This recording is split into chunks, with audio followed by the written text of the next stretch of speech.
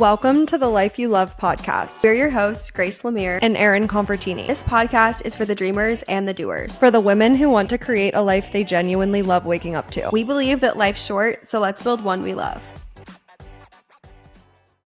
Welcome back to the Life You Love podcast. Today's episode is all about things you should do for your finances before 2025 or a year-end financial checklist to get your money right by the end of the year. We originally wanted to film today's episode on the winter arc trend that's been going on right now, and obviously money would have been one pillar of that, but we decided to make this an entire episode because there are a lot of tactical things that you could do for your finances to prep for a new year. So we're going to break all of those down for you today. We have 5 total steps that you can take over the next 2 months. So this episode is going to be super actionable, and hopefully you leave it feeling inspired to get your finances in order before the new year. I don't know if the winter arc trend has been a thing for like the last few years or if this is a new thing. I've never heard of it until this year. And we probably could do other episodes too on different aspects of the winter arc thing, but we're financially conscious girlies, so this makes sense for us. But I think it's great. I think it's really awesome to use this like end of year period to kind of just like get your life together, but especially now in like October, early November, because I personally feel like from mid-November to December, or at the end of December to like January 1st is just like I just like black out. I feel like because of all like the winter chaos. holidays, I feel like work ends up being so crazy at the end of the year, just everyone being out on vacation, just all of that. I feel like I don't really get as much done at that point, or you know what I mean? I just feel like that now is a really good time to kind of like reset and realign before the chaos of the year. Totally. And I don't know if winter arc has been a trend the last couple of years either. I feel like people just coined that term this year. I've never heard it before, but essentially if you don't know what we're talking about, the winter arc has been going on as a trend on social media for the past couple of weeks, and it essentially just means the last 90 days of the year is a really great time to sort of like prioritize yourself, prioritize making progress in whatever areas you're looking to make progress in, so that when you get to the end of the year, you're already really in a really good place, if that makes sense. Because I feel like for a lot of people, you get to the last quarter of the year and you're like, okay, I have all these goals, but I'll just wait until I set my New Year's resolution. And then you go into January and then you feel like shit from the holidays. The holidays were so chaotic. You feel like you need to rest, but then you're also like, I told myself I was going to set these goals. So I think it's just all about like starting them in Q4 so that you get to a really good place by the end of December, so that if you need to rest in January and take January as like a slower month, you're already in a really good place to do that. And obviously money is a really good pillar to sort of like set yourself up to be in a good place by the end of the year. I feel like the worst time mentally is right after New Year's, like right after all of like the fall, like the winter holidays, whatever. I feel like that's when like everyone's seasonal depression comes back. I know it's when mine comes back because I'm like, I have nothing to look forward to. There's no exciting things. And that's when I literally want to do nothing. So yeah, using this time now. We also talk so much about creating like a big full life on this podcast. And I think money, as we've talked about a bajillion times on this podcast, is such a big aspect of that. And I feel like it's good to reset every quarter anyways, but especially before the end of the year, because we're now in Q4, just thinking through like, okay, at the beginning of the year, I said I wanted my life to feel this way or be more of this. Did I actually do that this year? And this episode's kind of about like looking at it from the money lens and being like, okay, I wanted to make my life feel more full. Did I actually use my money to do that or not? And how can I do that the remainder of this year and be smart and end this year off on a good foot and start 2025 off on a good foot? Because that's what we're trying to do. You know what I mean? That's our whole goal, is to just live big, full lives. But money is a massive, massive part of that. Yeah, I totally agree. I feel like January is also the worst time for me in terms of like how I feel mentally and just like needing that reset. I listened to a podcast episode a couple of months ago, or maybe it was last month, talking about why January is actually the worst month for like actually achieving goals and things like that. And I feel like and we should do an entire podcast episode on this, like goal setting and how to like use January more effectively. But I feel like I have always approached goal setting in the wrong ways, because I would take the month of like November and December to goal set and do all of those things, and then think that I'm going to hit the ground running on January 1st. And then it doesn't work because my body just needs time to like rest and reset.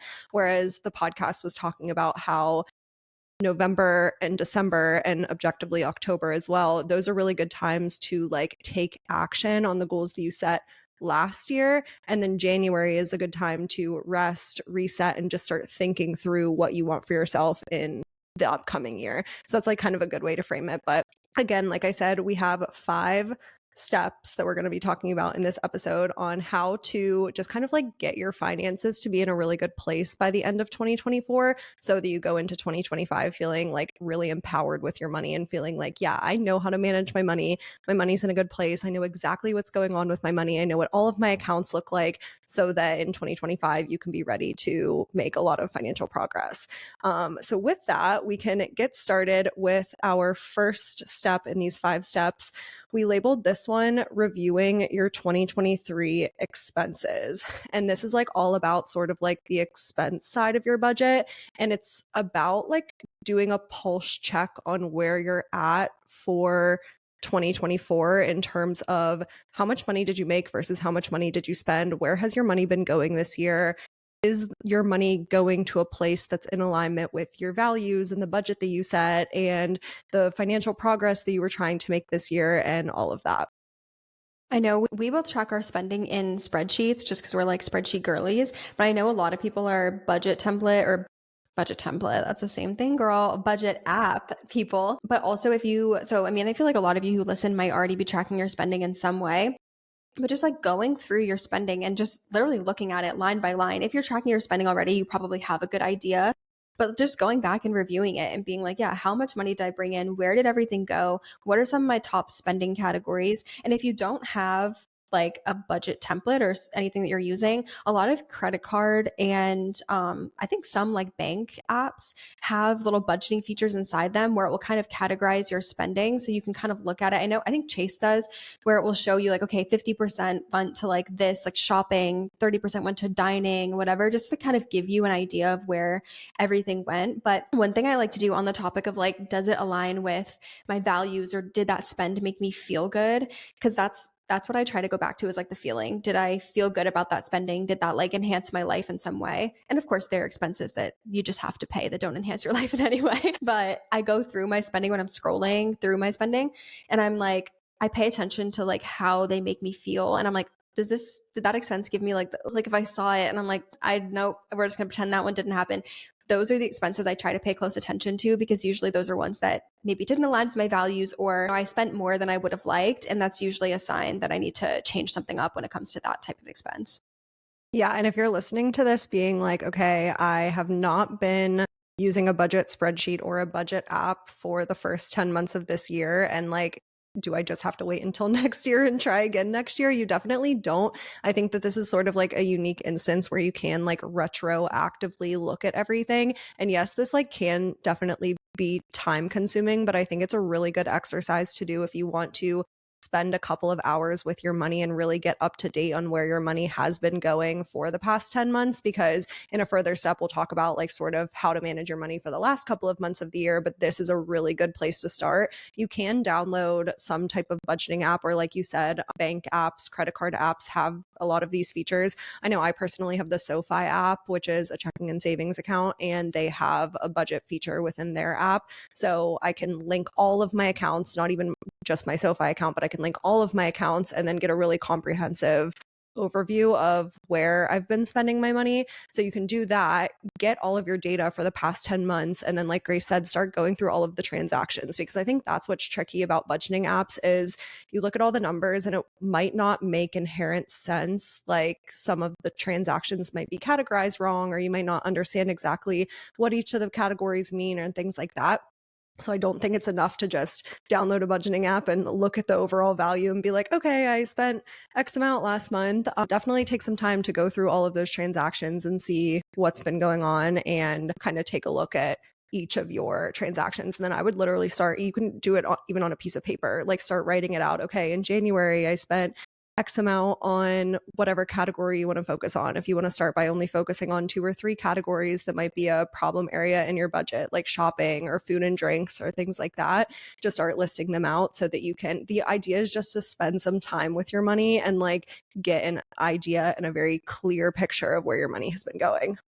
100%. That's why I know both of us we track in spreadsheets because we're both big believers of manually writing down and copying over every single transaction because yeah, with a lot of budgeting apps they just like they track everything for you, which is nice to a degree, but then you're also not like you can just open it and look and be like, oh, yep, I still have money left. Let me move on, rather than actually paying attention to every single transaction and how all those transactions make you feel when you reflect back on them versus when you are in a spreadsheet and you have to copy everything over. And I will say, when I first started budgeting, I started like midway through the year. And so I had a spreadsheet that I made. It was so bare bones. And we both obviously sell spreadsheets now, so we use our own. But like I went through and I copied over every single transaction for literally like 4 or 5 months, I think, because I wanted to have all the data about the year. And it's not as bad as it sounds. I mean, depending on how many transactions you have, but it is worthwhile to go through and to just really look at everything, like comb through it line by line.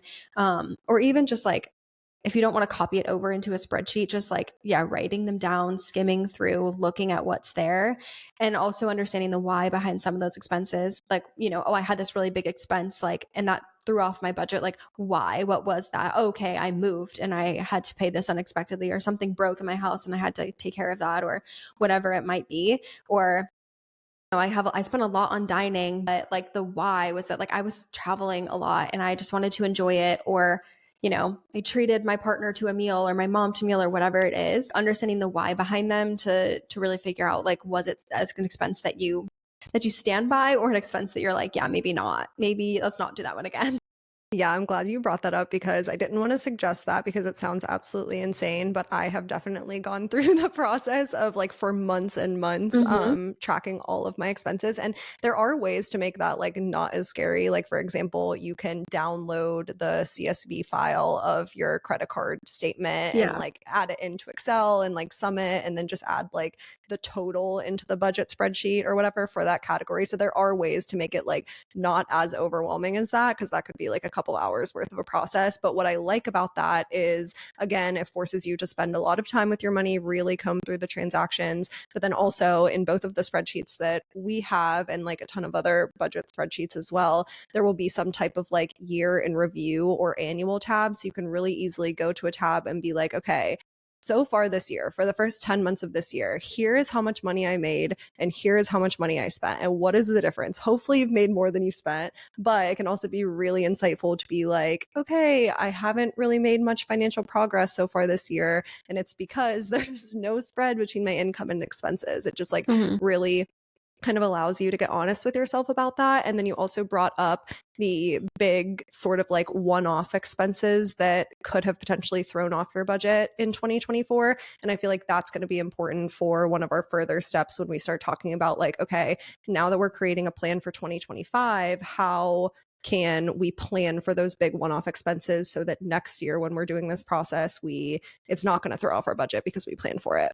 And the second thing on our list, or step two, is checking in on your progress toward financial goals, which I think is nice. Like going back to the beginning of the year, like what were your goals? Like, did you want to invest a certain amount? Did you want to make a certain amount? Were you trying to cut back on your spending in certain areas? A lot of like I find like a lot of metric focused goals to be really stressful to me. Like, oh, I mean, if they're like smaller goals, like invest this much, whatever, that's fine. But I try not to get too wrapped around the metrics and I try to focus more on the feelings. So like, don't underestimate those like feeling based goals too, of like, I wanted to just like spend more freely this year and not have as much financial anxiety, or I wanted to go out to dinner with my friends more and enjoy more things and not, feel like I can't spend there. Or I wanted to focus on appreciating what I have before I buy new. Like thinking back to all the different types of goals, whether they're metric focused or not,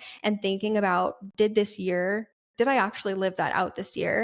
If so, okay, cool. How'd that go? How does my spending align with that? And if not, why didn't it? And how can I like change that and make a plan going forward? Yeah, definitely. I wrote down under this step to think back to where you were at the beginning of the year versus where you are now with, and when we say financial goals, we're generally talking about savings, investments, debt pay down. Those are typically like the three categories of financial progress, is whether you're saving money, investing money, or paying down debt. And I didn't phrase it as like, okay, look back into your budget spreadsheet and see exactly how much money you put into your savings account this year, or look back into your budget spreadsheet and look at exactly how much money you put onto your credit card debt. I think just like really taking the time to think back to where you were in January versus where you are now and gauge whether or not you have made positive progress or sort of stayed where you were. Because I think that, like, to go back and be like, okay, well, at the beginning of the year, I said that I wanted to save $300 a month. And when I added all up, I only saved on average $150. Like, that can get really discouraging. And I sort of think that there isn't really that big of a point in making yourself discouraged in that regard, but just sort of like doing the gauge of like, where was I at back then, where am I at now, and like, did I make progress positively, I think is sort of a good practice. But then under this step two, we have a list here of things that you can just sort of like check in on at this phase. And I think this is like a really good time at the end of the year is a really good time to just sort of like check in on all of your accounts and see like, okay, what's going on with my money, making sure you have like a really good pulse check on what's going on with your money. So we're going to sort of like go through this list of like tactical things that you can check in on at this point. And Grace, feel free to stop me if you have any like points on any of these. But the first one is, do you know how to access your 401k? I feel like that sounds kind of simple, but a lot of people, like I know a lot of people who their 401k just kind of like gets taken out of their paycheck and they have absolutely no idea how to like log into the portal to like Mhm. see what their 401k balance is. So now could be a really good time to just be like, okay, how do I log in? Let's check in on what's going on there. What percentage are you contributing to on your 401k? And are you getting the entire employer match? So again, if you do get into your 401k, check in on like, okay, how much am I contributing?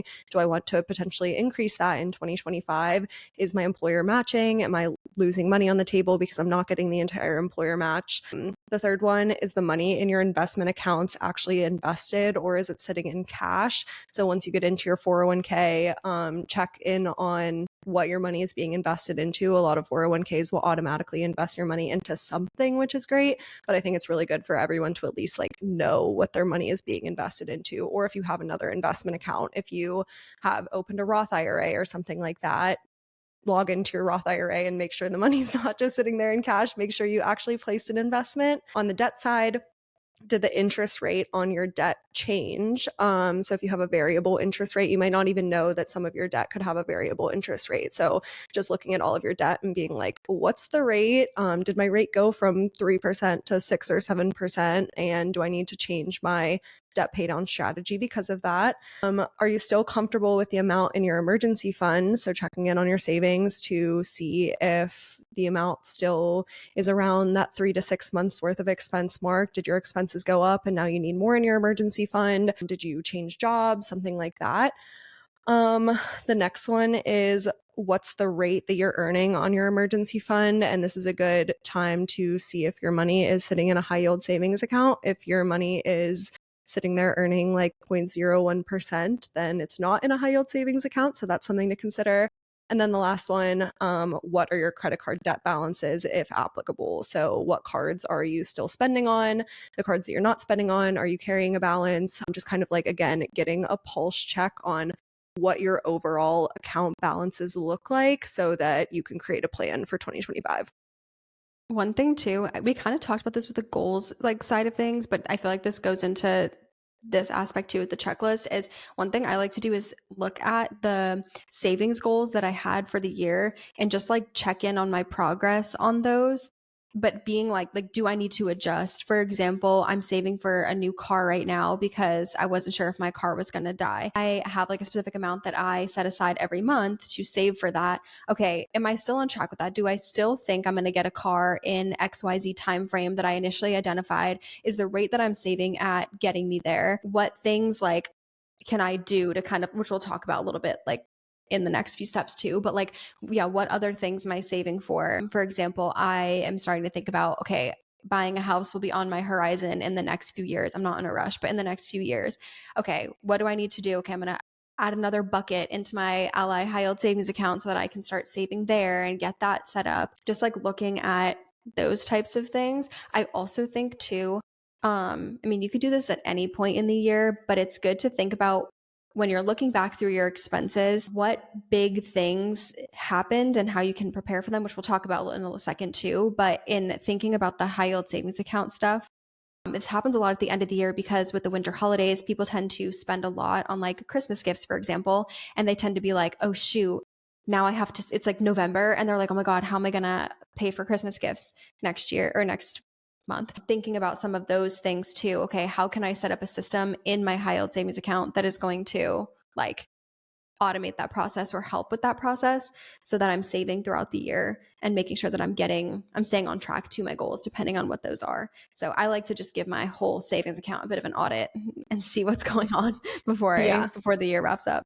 Yeah, definitely. And I also wanted to note that like that entire list that I just read off, all of those questions kind of go back to that's what makes up your net worth. So I don't know if we've ever really talked about net worth on here. It's like kind of a super arbitrary number. However, your net worth is made up of all of your assets minus all of your liabilities. And obviously, your assets would be generally your savings and your investments, liabilities would be your debt. So it's kind of all just about like getting a pulse check on all of your accounts, which in turn would give you your net worth. Again, I have the SoFi app, and SoFi does let you like add in all of your accounts and stuff, and it populates your net worth for you, which is really great because I can go into one app and I can like look at my current net worth and all of my account balances and everything. So I feel like a lot of apps do that, but that's one good way to just kind of like keep a pulse check on total account balances, and that can kind of like guide a lot of your decision making for setting new financial goals in 2025, which we'll talk about. But okay, moving on to step 3. We labeled this one building good money habits now. And again, we're filming this mid-October, so we have like 2 to 3 months left in the year. And this is all about, again, like building those good money habits now so that when you start in January, you know exactly how to manage your money and you can really get an entire 12 months out of those good money habits because you're starting on January 1st. You don't want to like walk into the new year being like, okay, let's learn how to manage my money and let's learn how to be financially disciplined. We're going to build that financial discipline now for 2 to 3 months so that we can carry that with us into 2025. I feel like this is sort of like going back to the whole winter arc trend and why it's like such a good time of year to build new goals, build new habits, because I think it's a lot easier to build a habit knowing that you're going to do it for 2 to 3 months rather than being like, okay, I'm going to have good money habits for the next 12 months. It's a lot easier to kind of digest when it's like a 2 to 3 month period. So for me, when it comes to building good money habits, this all comes down to tracking your spending. And I'm sure this is how you view it too, Grace. But so much of personal finance is just about that financial discipline and not impulsive spending and knowing exactly where your money's going and sticking to your budget. It's not about creating the budget, it's about sticking to the budget. And so I think like now for the last 2 to 3 months of the year is a really good time to get into the habit of tracking your spending, building that habit of being financially disciplined and knowing exactly where your money's going.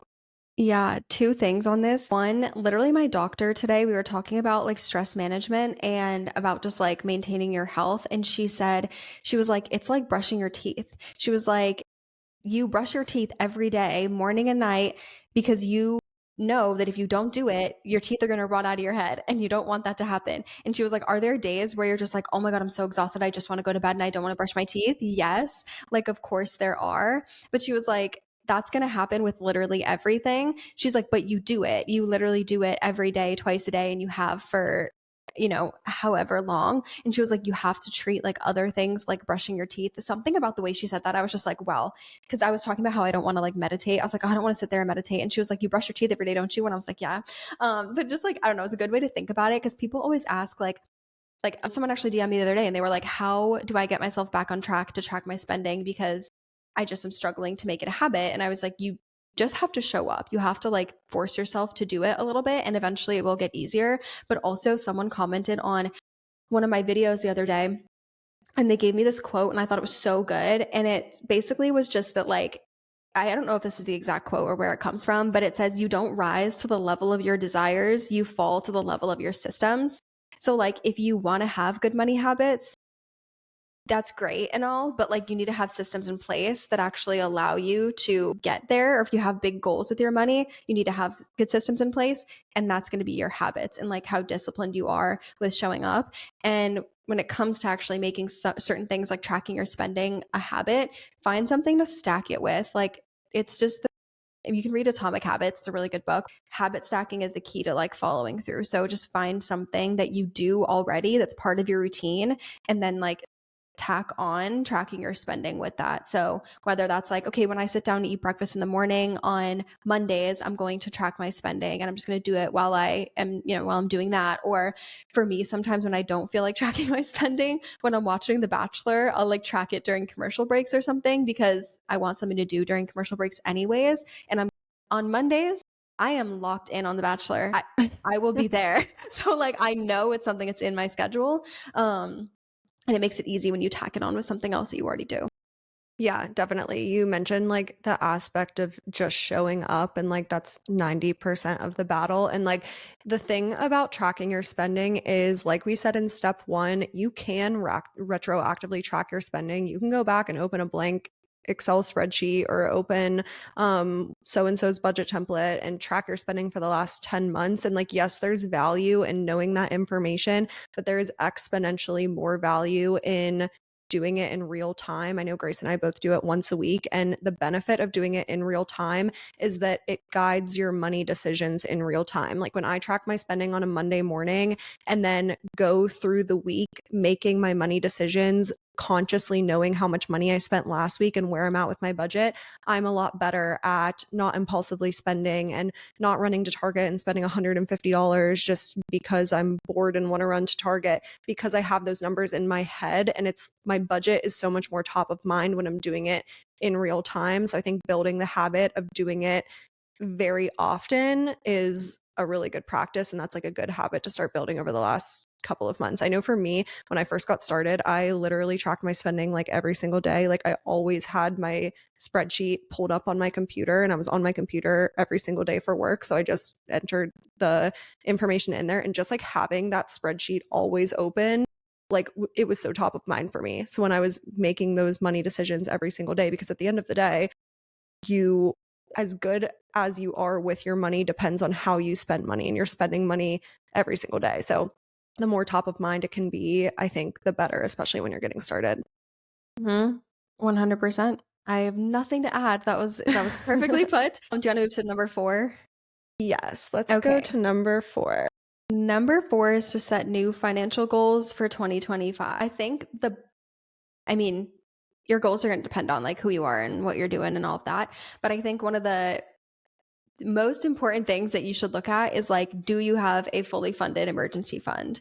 Above all else, life just stays life in sometimes and shit goes left. And yeah, just you need to have an emergency fund, especially as an adult. That's where Yeah. you need to start. You need to, and I will say one thing I want to mention is like, I feel like when it comes to emergency funds, a lot of people get discouraged because you hear the idea of like have 3 to 6 months of your monthly expenses. I mean, there's a lot of different frameworks, but 3 to 6 months of your average monthly spending saved as your emergency fund.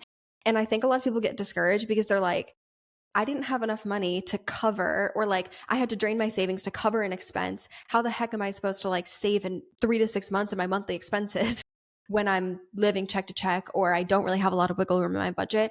And to that, I just say, save something. Like, even if you're putting aside $10 every paycheck, it might feel like a drop in the bucket, but every drop really does count because all of the individual drops together add up to a full bucket. And like, if you just choose to not put anything away, you're really not helping yourself. And also, you never know how much an emergency could be. So, yes, maybe having a $20,000 emergency fund is like your goal number and where you want to be. But let's say you started putting little bits away and you have $1,500, and all of a sudden you get hit with a $600 car expense.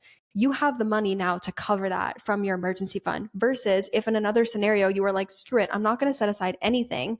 It just doesn't, it's not going to add up to anything.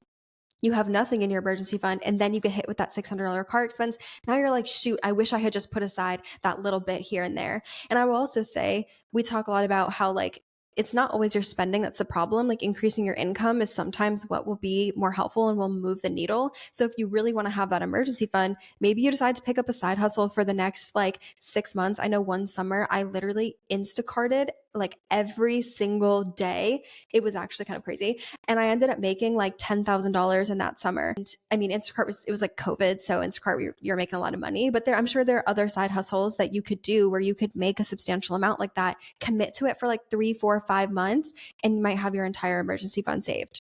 Yeah, that's such a good point. I think on the emergency fund side, yeah, people do get very discouraged because they hear the 3 to 6 months worth of expenses. But your emergency fund really does serve two purposes. On one hand, like you said, if you have a random $600 car expense or a random $1,000 medical bill or something like that, those are emergencies. That's what your emergency fund is there for. But on the flip side of that, the 3 to 6 months comes in the event that you end up losing your job and you don't have any income for that 3 to 6 month period. That's where that substantial amount of money comes in. But even having 500, $1,000, $2,000 sitting in your emergency fund is so beneficial because if you don't have it, then you have to put it onto a credit card and start accumulating credit card debt because you couldn't cover the expense. And then you're spending so much more money on that emergency from the credit card interest. But I think when we're talking about like setting new financial goals for 2025, this is broken down into a couple different things.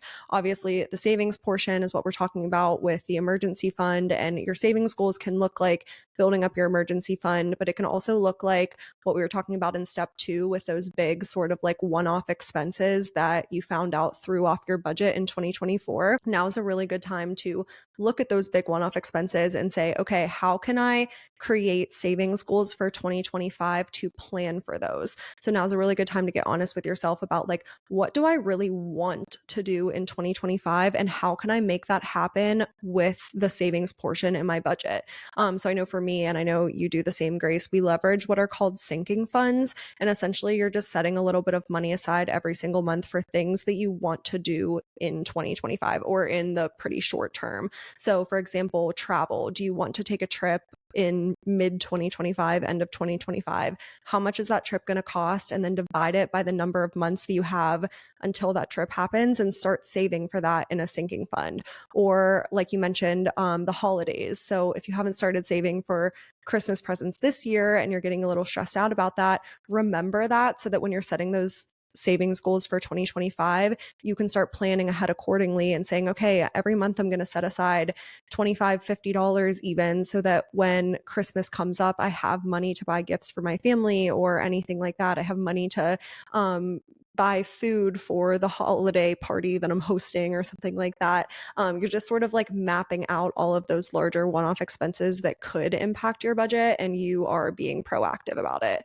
And then the other financial goals would obviously be things like your investments. So are you going to increase your 401k contributions this year? Is this the year that you finally want to start investing into something like a Roth IRA, anything like that? And then debt pay down would be the other one. So when you were looking at all of your accounts, do you have credit card debt? Do you have other types of debt?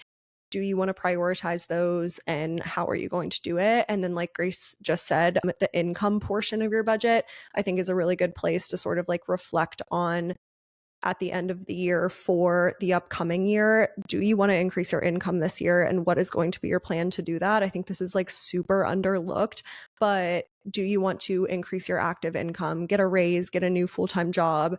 What are the steps you're going to take in order to do that? Or do you want to find a side hustle? And what is that side hustle going to be? So those are just some like kind of things to think about in the financial goals for the upcoming year. I want to add too, I think for a lot of these topics, I think we have podcast episodes on almost all of them. Like I know we have one with Jeremy Schneider, and talking through like investing. So if you're like, okay, I really need to get my investments figured out and figure out like, I know I have 401k, but I don't really know what it's invested in, whatever. We have a whole episode on that. We have an episode on like side hustles and different like side hustle ideas and making money on Etsy. If that's something you want to do, we have one on, with Ediana Rosen from like talking about how to increase your income like at your full-time job if you want to just like get a raise or things like that, like some practical things you can do. So go back, not to like self-promo us, but I mean, I guess this is our podcast. We also have so, like a debt pay down Q&A yes. episode. That one was really popular. We do. We have Yeah, a people ton love of that budgeting one. episodes. Ones on how to save more money, how to cut your spending back, we have all the episodes and all the things. So like scroll back and listen to some of those because there is a lot of like just completely free value right there in itself, which can help you kind of like take things, I feel like, to the next step. Yeah. Just wanted to self promo us real quick. Definitely. But with that, we can go on to our fifth and final step. And there isn't like too much here, but I think this is a really good point to kind of like end on because, like Grace said in the quote, I think in step 3, you fall to your systems or something like that. You Yeah. fall to Yeah. the quality of your systems. Yeah. And automation is the best way to set up like rock solid systems for your money so that it's like fail proof. Like you're going to hit your financial goals if you automate it and stick to it. I know Grace and I definitely both leverage automation in our money systems. So this is like such a great way to make sure you are hitting the financial goals that you're setting for yourself in 2025. So some things that you can automate in your financial systems are setting up automatic savings. This is like my all-time favorite automation that you can set up for your money because you have to physically transfer the money from your checking to your savings every month in order to hit your financial goals. And for a lot of people,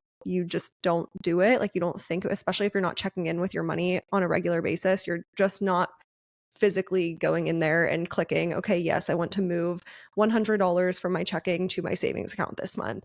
But if you automate it and on the first of every month when your paycheck hits, you set up that automation and it goes straight from your checking to your savings account and you don't have to worry about it. You never have to check in on it. All of a sudden, a couple months go by and you're like, oh my gosh, I saved $500 and I didn't have to do anything. So automating your savings, you can automate your debt payments, obviously. And I think this is really great to do for like credit card payments and stuff. Like if you're in credit card debt, setting it up to figuring out the amount of money that you want to pay toward your credit card debt every month and then automating that so you don't have to think about it. Automating all of your bill payments because if you miss bill payments, it can leave you with some hefty fees. So definitely automate those. And then even if you're not in credit card debt, setting up auto pay to pay off the entire credit card balance every single month. I also automate my investments. So I have it like send over like the amount that I want to invest just goes automatically and gets pulled automatically. And I feel like if you can do it earlier in the month, obviously depends on your paycheck schedule. I know I get paid once a month, so it's a little bit easier. I start the month off with all the money that I'm going to have that month. I know sometimes, obviously, if you're getting paid bi-weekly, it's a little bit different. But if you can do it at the beginning of the month, I feel like that's such a hack because if yeah, on the first of the month when you get paid or shortly after your rent comes out, your savings come out, whatever, then you're like, okay, here's how much I have left to like spend on the other things versus if you do it the other way where you get paid again, maybe your rent comes out or something, your beginning of the month bills, but then you have a bunch left over. You're like, okay, cool. I have this all to spend. And you're like, if I go a little bit over on my discretionary spending, I just like won't save as much. It's no big deal. Versus if the savings come out first, then you're like, well, this is all I have left to spend. I cannot physically spend more on discretionary spending because I prioritize my savings. I feel like that's a little bit of a hack too to get yourself to spend less money.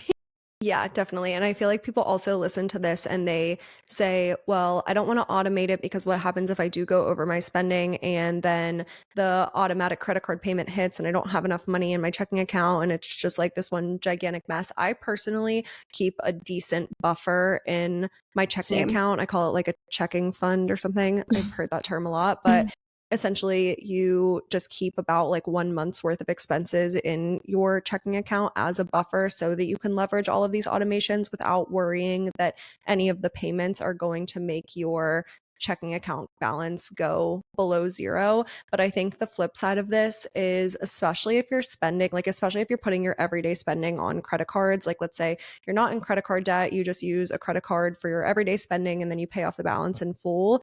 I think it's really important in that instance to, again, be tracking your spending very diligently so that you know that you're not going over your spending in a lot of your discretionary spend categories. So that, like, at the end of the day, let's say you make $5,000 a month post tax and then you have automated it so that $500 a month goes into a savings account. You only have $4,500 left. And like, that means that your spending for the month has to be below $4,500. So that's where it becomes really important to continue tracking your spending and making sure that on a monthly basis, you are not consistently spending more than $4,500.